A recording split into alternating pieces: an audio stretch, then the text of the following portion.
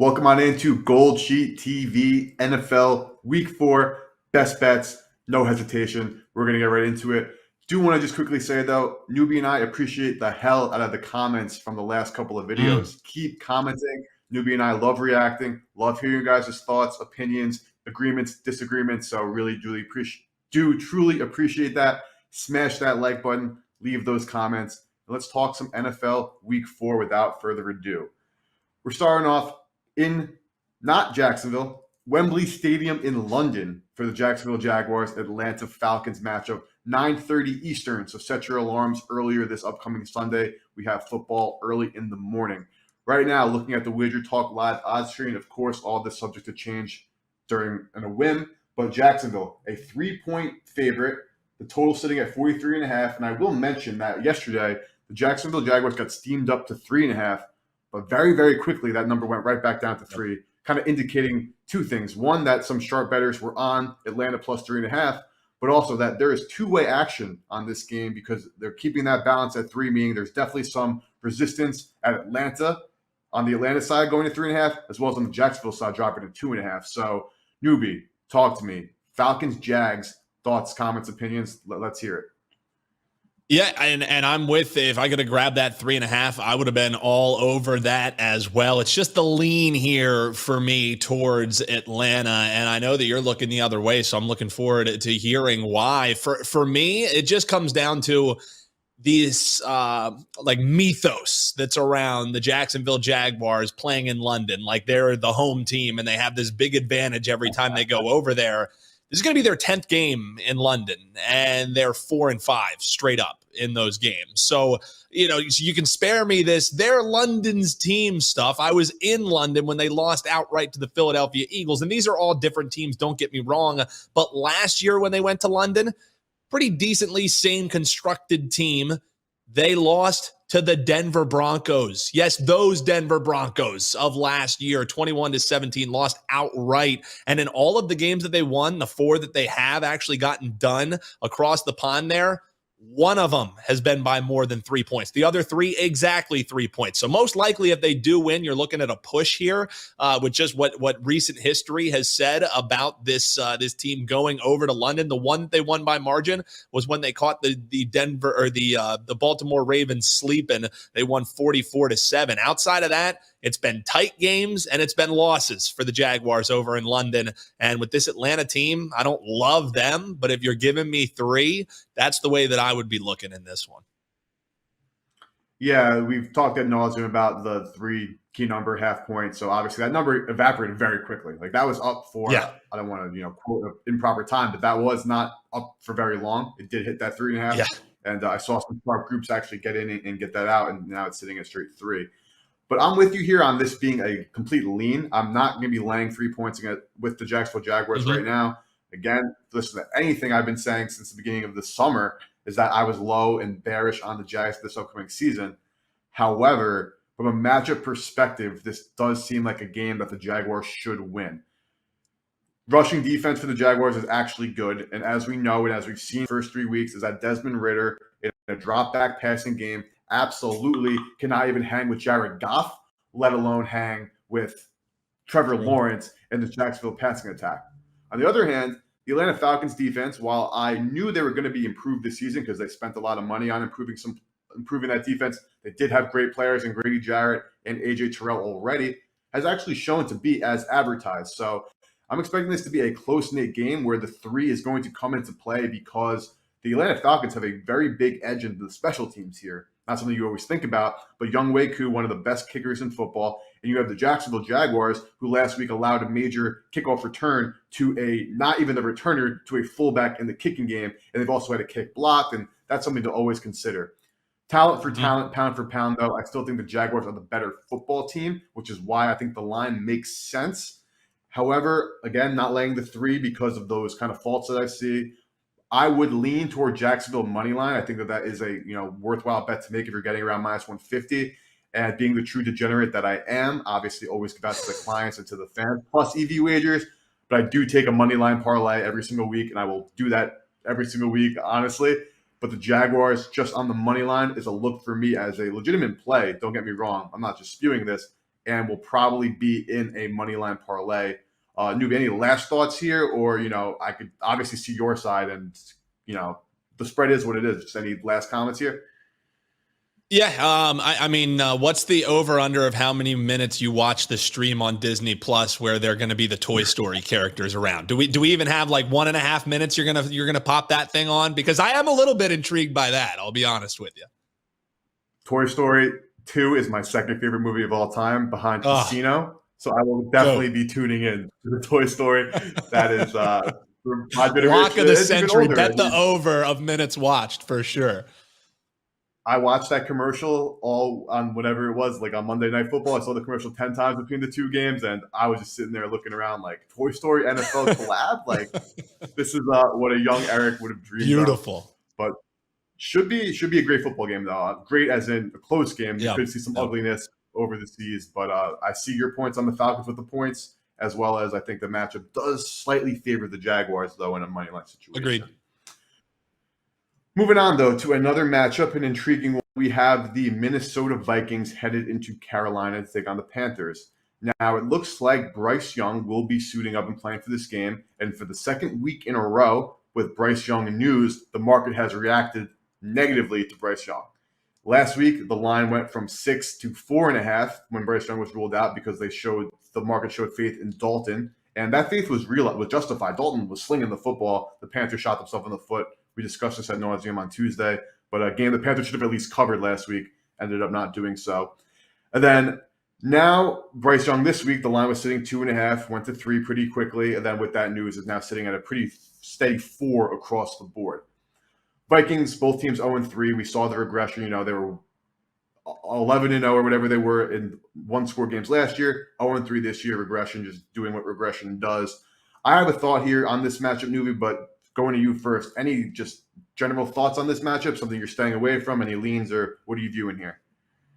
Yeah, I know that the Carolina Panthers are an ugly dog that some people are going to want to make a case for. But for me, I think if I'm playing in this game, I'm laying with the Minnesota Vikings, simply because just think of how both of these teams probably look at this spot. Both of them sitting at 0-3. Obviously, you're already talking about being, if you just look at historical trends, eliminated from playoff contention. So which team still would feel like, hey, we have some playoff aspirations? Think about what we did last year. The Panthers kind of knew coming into this year that, if they could stack up some wins, great. But it's a rebuilding year for the Panthers. Let's be real. And that's why they're rushing Bryce Young back. They want to see their rookie being showcased, as opposed to just seeing Andy Dalton out there slinging it around in the latter part of his career. So when I just think about what team would be more poised to respond in a spot like when you're in an 0-3 hole, it's going to be a team that has a head coach in Kevin O'Connell, who, again, these it's not like they're getting blown out. It's not like they're getting destroyed in games. They could have rolled over against the Philadelphia Eagles on Thursday Night Football, but the Vikings, towards the end of the game, fought back and made that a push, even cashed for some bettors who grabbed the hook in that game. So I just think, as far as team expectation versus who would be more prepared to be in a bounce back role in an 0-3 caca game, I think it plays towards the guys in purple. So it's a lean towards me for the Minnesota Vikings. I'm sure the people already are copping in the comments being like, do we have any actual bets on this show? You guys are only talking leans. They're coming. But for me, if I'm playing in this game, I'm laying with the Minnesota Vikings. It's just one of those things, too. Like I told you the other day, Newbie, like I got in the Vikings -2.5 Monday morning while I was writing the GoldSheet, breaking down that matchup. I was like, okay, 2.5. I bet it immediately. Go to my kitchen to make a cup of coffee, come back, 3.5 painted everywhere. So I was not able to get that to any clients of mine. I'll sit here with my CLV trophy, not to brag, as we are here to give you actionable information. That's the whole point of everything. But enough said, I lean the Vikings in this matchup. 4 is just tough because you have a team, the Vikings, that just refuse to win football games by margin. Kirk Cousins on the road outdoors, tough to trust with margin. However, this Panthers defense got the reason why they got so blown out against the Seahawks was injuries. Like, their injuries are now piling up. Shaq Thompson, of course, went down. A couple of J.C. Horn already was down, and then they lost a couple of other defensive back pieces in this defense that is the strength of this team, that are now going to probably miss this game against the Vikings. Also, Bryce Young is now playing. We know that he has not looked comfortable. And while the Vikings are not a team that's generating any pressure whatsoever without blitzing, and even when blitzing, aren't generating pressure, it's just a bad matchup for Carolina because Kirk Cousins has actually been slinging the ball all over the place. And all this talk, and it's true, they're 0-3 and the variance is hit. But you're talking about variance, you're talking crazy variance. Like the Vikings in the red zone, I don't have the exact number, I missed it, but they have turned it over, I think, twice already this year on their own 1 yard line. Like, that's the same way that they finally regressed back from last season. Like, there has to be an even out. Like, they're seeing two ends of the spectrum completely like on the opposite ends. So there's going to have to be a middle there somewhere. Heavy lean on the Vikings with the 4. Again, I had that 2.5, so I'm not dying to go out and bet the 4. Of course, it's over that 3, but just in that money line parlay that I'll be running, Vikings are certainly in it. And I will go as far as to be saying that now my Survivor League that I'm in, we had buybacks week 1 through 3, so I was able to, get a little cute and pick some bad teams because I could just buy back in and lose 2 bad teams. But now this week, buybacks are over, and I am taking the Minnesota Vikings as my Survivor pick this week. Just another tale of how confident I am in them. Yes, I think that the battle of the 0-3, yes, it's the home dog, but I think the Vikings are the better football team in many facets. The variance has come back in a terrible way, but in a way where it can only get better for Minnesota. Injuries piling up for Carolina, and then Bryce Young again. I'm not ready to say that he's going to beat a bad defense, but I am in on the Vikings this weekend. Moving on, Philadelphia, Washington. I'm sure the Eagles will be a very popular Survivor pick this weekend. At recording on WagerTalk Live Odds Screen, we have the Birds laying 8 mostly across the board and the total of 43 or 43.5. We already discussed this on Tuesday's show, how I love Philly as a teaser leg, but newbie, do you see more than just a teaser leg for Philly? Yeah, it's a no-brainer teaser leg, and I think, if we're looking to something to grade it with, I think I'm going to tie a lot of teasers into taking Seattle up on Monday Night Football before that line gets moving. I know that we've already seen some movement there, so I think that would probably be what I would be pairing this with. But it's funny because the 2 games that we're about to talk about here in this Philadelphia and Washington game, and then the Rams and Indianapolis Colts game, it's the tale of 2 different stories because I came into this Eagles game thinking I had a lean that's now turned into a play for me. And we'll talk about the Rams game. It was a game I thought I had a play in that then turned into a lean and a stay away for me. So a little teaching point coming up here. But the reason why when I started capping this game, I've arrived that Eagles -8 is a play for me because we can say what we want about the lackluster start for the Birds, but they're winning games. And a lot of that is due to credit of Jalen Hurts, who is 20 wins in his past 21 regular season starts. The one loss, against this Washington Commanders team on Monday Night Football. One of the biggest issues for the Commanders last week when all the cracks in the armor started to show was getting to 3rd down against the Bills. Only converted 1 time on 3rd down and 4th down on the 10 chances that they had. And they are only behind the New York Jets, are worse than the Commanders on their 3rd down rate. And what makes us think that the Commanders are going to win 1st and 2nd down against this Philadelphia Eagles front? What the Eagles are doing is unreal. Jalen Carter, as I mentioned, the steal of the draft, he's looking like early. He's already the odds-on favorite for Defensive Rookie of the Year. And, I love throwing in my trends, especially when it makes sense. And that's the Eagles being the best in the league as home favorites. Since Nick Sirianni came to town, 10-3-2 against the number. That's 77% as home favorites. They average a margin of victory in those games just over or just shy of 12 points per game, covering the spread on 4.5 points on average in those games. Some of those games with Gardner Minshew at quarterback. So it started as a lean. I love the teaser leg, but I think you can lay the 8 in this one as well. That's the way that I'm going to be betting this one, EP. Yeah, and I'm with you. As, again, a Commander fan, I touted the Birds -1.5, -2.5 in a teaser. I have them in a couple of combinations this week. They're a team I've doubled down on. I do see some arguments for Washington maybe covering the 8 because the Philadelphia Eagles pass defense has been atrocious now. I know that they have missed a couple of key players in 2 of those games, and they played a hot passing team in Minnesota in that game. Just skewing the numbers just a little bit there. But what I am finding very hard for Washington to overcome is they're letting Sam Howell work through his mistakes, which is a great thing to do for a young quarterback. However, he's still going to make those mistakes. And now you have the Buffalo Bills defensive front who sacked Howell 9 times and forced 4 interceptions. And the Bills defensive front is great, but it's nowhere near as good as the Philadelphia Eagles. I don't see how Ron Rivera and Eric Bieniemy are going to put together a game plan to slow this down. Now, I will say Washington has one of the better rushing attacks of any team the Eagles have faced so far this season, which might be able to, put a little bit of balance there. But I'm just not convinced that even if Washington is throwing the football more because they are one of the highest teams in pass rate over expected, that they're just somehow is going to all of a sudden, again, bounce back and start picking apart this Philadelphia Eagles defense. We saw basically that little bit of progression from weeks 1 to 2 because he played in a monsoon against Arizona and he didn't really throw the ball that well. But then week 2, it's like, oh, wow, he beat the Broncos, who looked great. And then we find out the Broncos let him 70 points in week 3 and that defense is terrible. So hard for me to really get there with Washington, but I do see the side for them at least covering maybe the 8 because, of course, that's a lot of points to lay. Key numbers of 7 and 8 right there and a divisional matchup. But note, not going to do the full breakdown because I do have an anytime touchdown video on WagerTalk TV. But in this matchup, I think it's a great matchup to target Jahan Dotson. He has not had a touchdown all season. I've mentioned how the Birds have struggled against wide receivers so far this season. Dotson yet to find pay dirt. And again, the fact that they're letting Bieniemy and co are letting Howell work through his mistakes, he's going to get opportunities to throw the football. And Dotson, currently number 1 in Washington in snaps played at the wide receiver position and tied number 1 in targets. So a guy who was so crucial for them in scoring touchdowns, I think, has a good matchup to maybe find pay dirt with a total of 43.5 that I think might even be a tick low for across the country. Supposed to be 70 and sunny all weekend. So we should be hopefully seeing some offense this weekend, Newbie.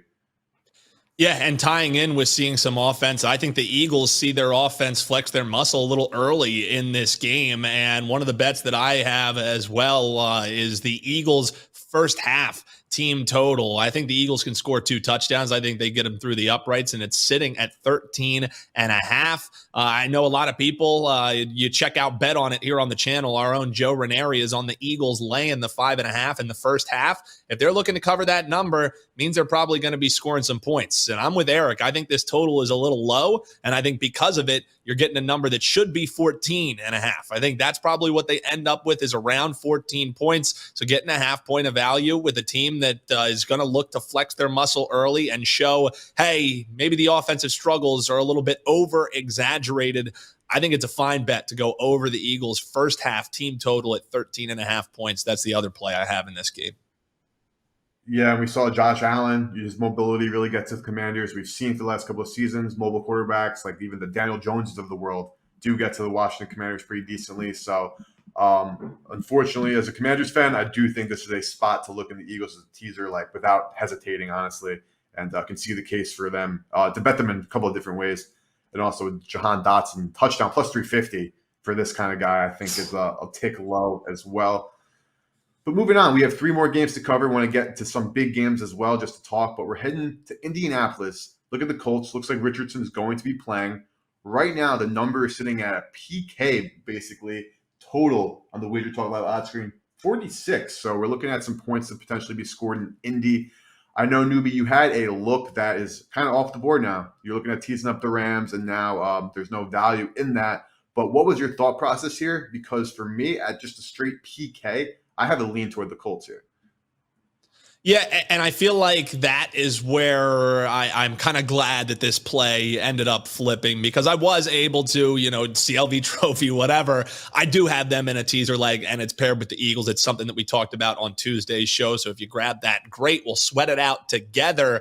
I understand why the market has moved down to pick them. However, as I was handicapping this game, a look that I thought was really strong, looking at initial numbers, started to really make me realize that my whole handicap was hinging on Matt Stafford. And that's not something I want, is trying to explain why Matt Stafford is going to be in a bounce back role. Could he be? Sure. But the only reason that kind of led me towards it was because there was a DeForest Buckner did not practice during yesterday's game. So, okay, maybe there won't be as much pass rush, but the Colts are going to send the blitz. And the issue for me is Matt Stafford has shown if you get to him, it is curtains. There isn't any, let's alleviate, let's get him out on bootlegs, let's do this, let's do that. that. No, if he's sitting back in the pocket and he's getting hit, it's over. And I think the Colts have the potential to do that. Look at how they were able to stymie Lamar Jackson, who's certainly a little bit more mobile than Matt Stafford. So the thing that does give me some optimism is even with as bad as things went offensively in the game against the Bengals, who needed that win, don't get me wrong, still Puka Nacua and Tutu Atwell were able to put up some respectable performances. So I think even when there's a good pass rush and even when Matt Stafford's getting stymied a little bit, you're still able, and your two rookie sensations, so, I don't think that's hyperbole to say with what they're doing here early in the year. It's very impressive. So I think they were still able to have some output. So points should still stack up. Just because the Colts ended up beating and slowing down that pass attack for the Ravens that still doesn't look right, I still think you're looking at a pretty bad pass defense here. Money has moved, as Eric said, taking this down to a pick 'em, even seeing the Rams favored in some spots. So with that line movement, it's a stay away for me. Again, I think it's a good teaching moment that once you really don't just see a number and bet it right away, unless you don't think that number is going to be there, because see a number, identify value, have it, break down how you like betting on games and how it works into however you power rate or however you handicap. But once you start handicapping a game, look for what the truth tells you. Don't just look for stats that back up your side that make you feel better about your bet, because maybe now I'm staying off of a loser because when I started capping, I realized it wasn't as strong as I once felt it was. So don't just blindly play numbers. While yes, it's all about getting numbers, once you start looking back and breaking down the matchup for yourself, sometimes you'll save yourself. And some of the best bets you're going to make are the bets you don't make. So a nice little teaching moment between two games that led me towards a play and took me off a play. It all had to go with how the process went for me. So maybe a little loaded there, Eric, to say trust the process as a Sixers fan here. But trust in the process for me maybe saved me from a losing bet here. So just a lean for me on the Rams at the pick'em price. But I could easily see the case that you're going to make for the Colts as well after the cap. Like you said, I think you made some great points just from a process and handicapping standpoint.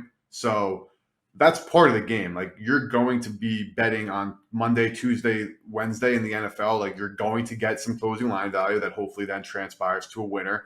And the market might actually disagree with you in some instances. And while that's not the best thing you want to see, you'd prefer to see market agreement, doesn't necessarily mean you're holding a losing ticket. So I think that's a great point because, like I mentioned, I got the Vikings 2.5. I got the news I was expecting to see. Now we're sitting 4, so I'm feeling good about that ticket.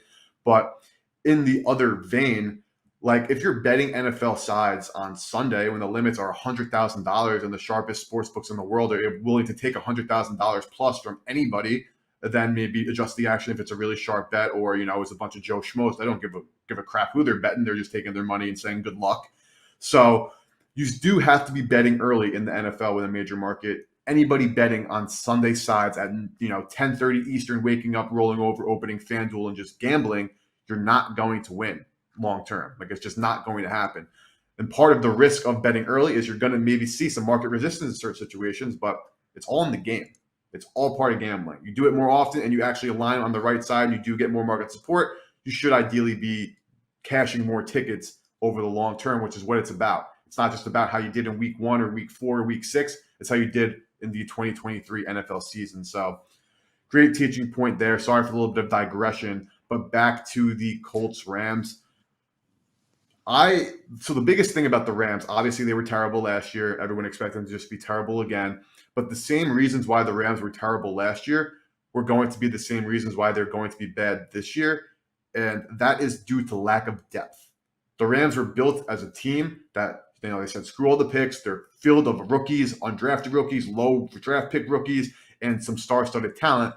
And once those big, good players get hurt, that is when the Rams are going to struggle.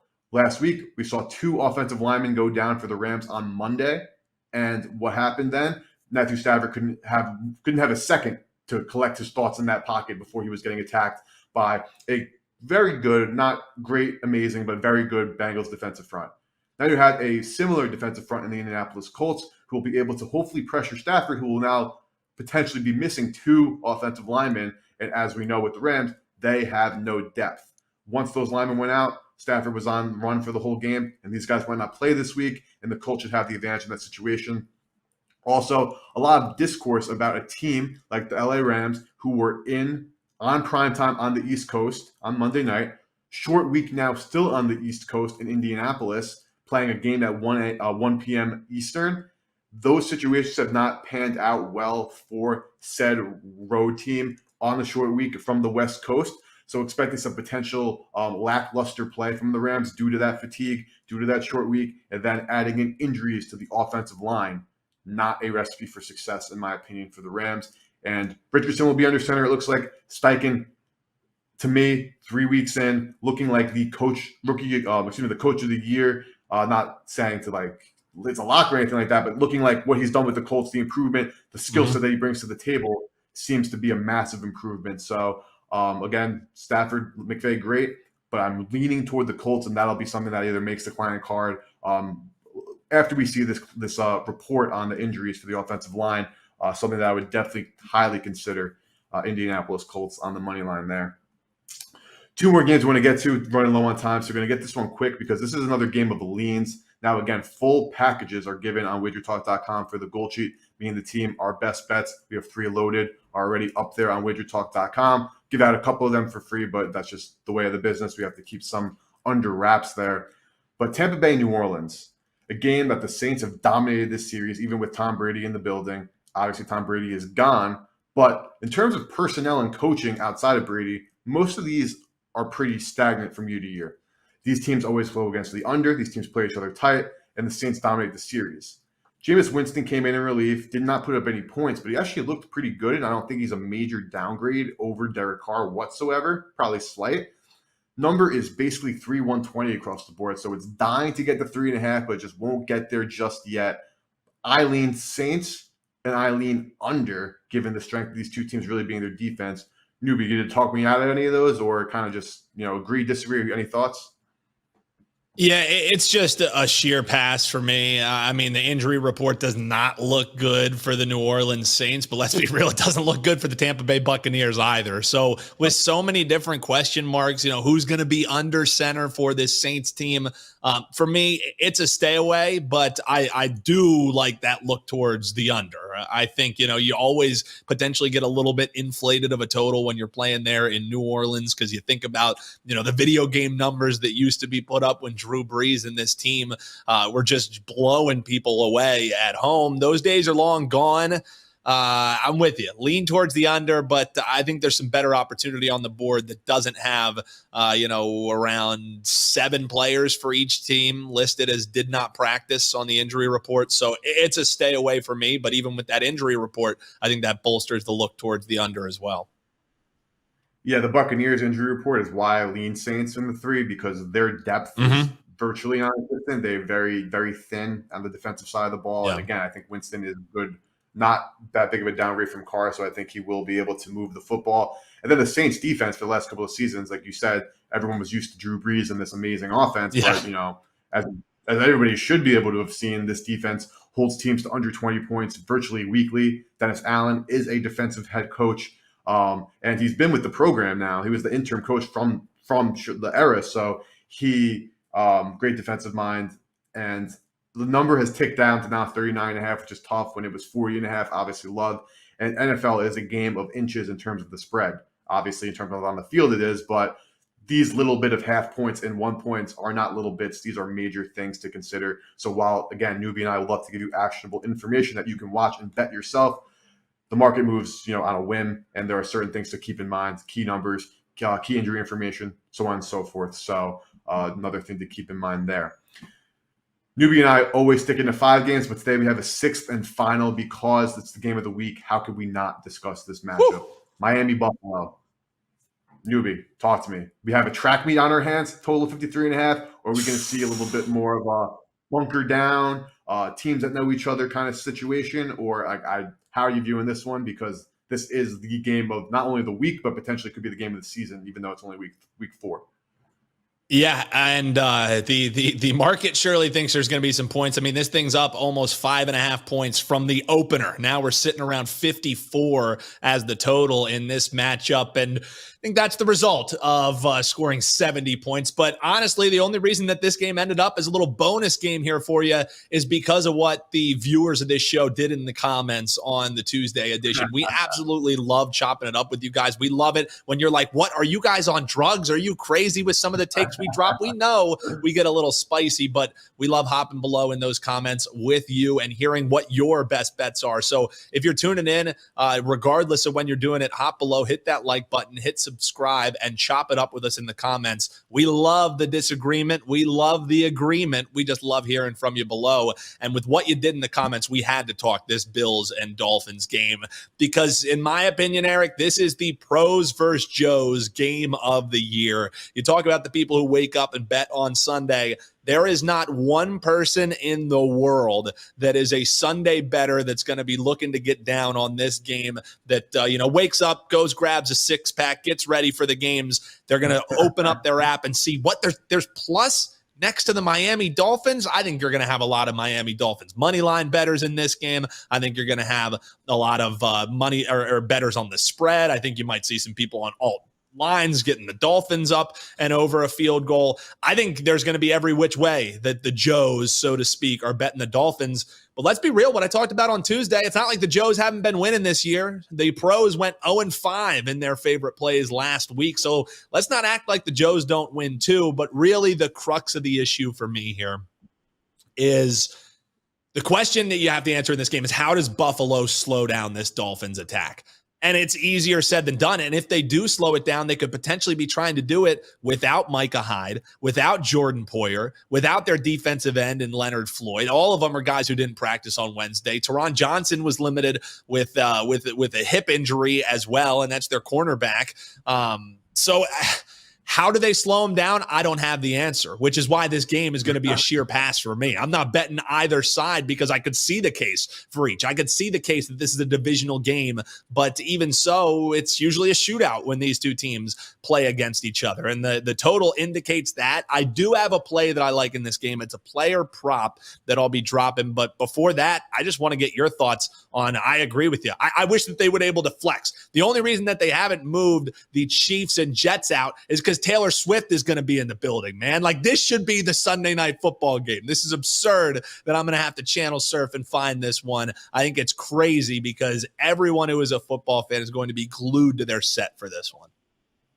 Zach Wilson might be the most viewed quarterback on a Sunday night football game of not just this season, but of the 2020s. Just because Taylor Swift is going to be in the audience, at least Patrick Mahomes will be in that. And it works out for him because the demographic that's going to be tuning in is like that single mom demographic. So you know that Zach Wilson's going to be excited about the new eyes on the product for sure. We saw Travis Kelce's jersey sales go up 400%. We might see Zach Wilson's go up as well. Probably not because of performance, though, as we know from Zach Wilson. But the kid has got it going on. But like you said, I agree. This could be a pros versus Joes, and I am not going to bet this football game. Maybe I'll take a prop if I do find something there, but I would bet the Miami Dolphins. I say this again, I'll gladly be on the wrong side. Like, I know a lot of sharp people, like you said, they're going to be looking at this game like, how do you back a team or how do you not fade a team that just scored 70? Obviously, you can't replicate that. You can't score the second most points and have the second most yards in NFL history and then repeat that performance, especially against the Buffalo Bills team that looks to be elite. I know they lost to the Jets. Guess what? Josh Allen sucks against the Jets historically, right? It's just a thing. Like, some players have a thing. Like, it just happens to be a thing for Josh Allen. Him and the Jets, playing the Jets, do not get along. I lean Miami because in those matchups last season, they were always close games, even when they were playing in Buffalo in late December, early January in the playoffs, with Skylar Thompson losing by 3+ points. Now you have Tua Tagovailoa, who is one of the more accurate passers in football. You have Devin kid, and you also have the motivation factor. Where the Buffalo Bills have dominated you in between the playoffs last year. Now you get to go up there without any of the conditions. It should be a beautiful day in Orchard Park, and you have this offensive attack that just looks incredible. On the flip side, devil's advocate with you, I do not believe that this that this Dolphins defense is that good. I think it could even be not just worse than the middle of the pack. It could be one of the lower level, bottom second half percentile defenses in the NFL. But I just gun to head, Miami Dolphins should be a hell of a football game. Two absolute powerhouses and two teams that you can make the argument. Both of them are top 5 teams in the entire NFL. Like, honestly, without probably debate, like these at the moment, power ratings wise, these are two of the top 5 teams in football. Yeah, I'm right there with you. And we can't talk about this game without making it a little bit fun. So if the lean towards you is for the Dolphins for you, the lean for me will be towards the Buffalo Bills. And we can have people hop below in the comment. How are you going to be betting this game? And also, we'll do a little fun side wager. It won't be an official play for either of us, but one of us will have to do something if our team does not cover. What are we graded at? The 2.5 or the 3? I know you want to get the 3. I want to get the 2.5. So do we just go money line? Do we just throw the spread out of it and go money line? That was literally my next question. I was like, I'm doing this if I'm getting the 3, and I know you want the 2.5. Let's do money line. Screw it. All right, so money line it is. Hop below in the comments. Are you riding with Newbie? Are you riding with EP? And what should loser have to do? We'll do something for you fun on air or a Twitter video, something like that. We'll have a little fun with this one. Hop below in the comments and let us know. The play for me in this one, though, I'm going Josh Allen over 35.5 pass attempts in this one. In his 3 games against the Miami Dolphins last year, he had 63 attempts in the first game, 40 in the second, 39 in the playoffs. And if the handicap in this game is how do the Buffalo Bills keep up with the Dolphins, it's not going to be by playing clock control, because this Dolphins offense can score with the 2-play drive. Like you can try and keep the ball away from them, but really the way to beat them is go blow for blow with them. So even in that game last week, he had 32 pass attempts, and it was a game that he really didn't have to pass in against the Commanders. He's gone over this number 2 times this year. The only he didn't was against the Commanders, which is why I think this isn't 36.5. Grab it at 35.5. I think this one goes up. Josh Allen over on pass attempts is the play for me, but we also got the head-to-head little money line shuffle that you and I got going on here. So it'll be fun. Hop below in the comments and let us know which side you're rocking with. Let us know and hit that like button for the content Newbie and I are doing. We really appreciate you guys, and keep chirping in the comments. We love going back and forth. Recap of the show: Jacksonville, Atlanta. Newbie leaning Atlanta plus the points. I lean Jacksonville money line. I don't want to lay 3. Miami, Carolina. Minnesota, Carolina. Minnesota, a teaser leg. I'm losing my notes here. Minnesota, a survivor pick for me. Laid the 2.5. Might still lay the 4. Newbie likes the Birds minus the 8. I love anything Philly in a teaser. Rams, Colts. If the Rams do come back down to 1.5, Newbie likes them to be teased up. I am leaning heavily toward the Colts PK. Tampa Bay, New Orleans. Heavy leans on the under, and gun to head New Orleans on that money line. And then Miami, I got the Miami Dolphins on the money line. Newbie's got the Buffalo Bills on the money line. Let us know below how you want us to settle that score after whatever happens on Sunday. Appreciate you guys. Like this video, comments below. Shout out to our producer Robo, and thank you for everything. Until next time, best of luck with your bets this weekend. Hopefully we'll see you at the counter, and we'll see you guys Tuesday with more hot takes in the NFL.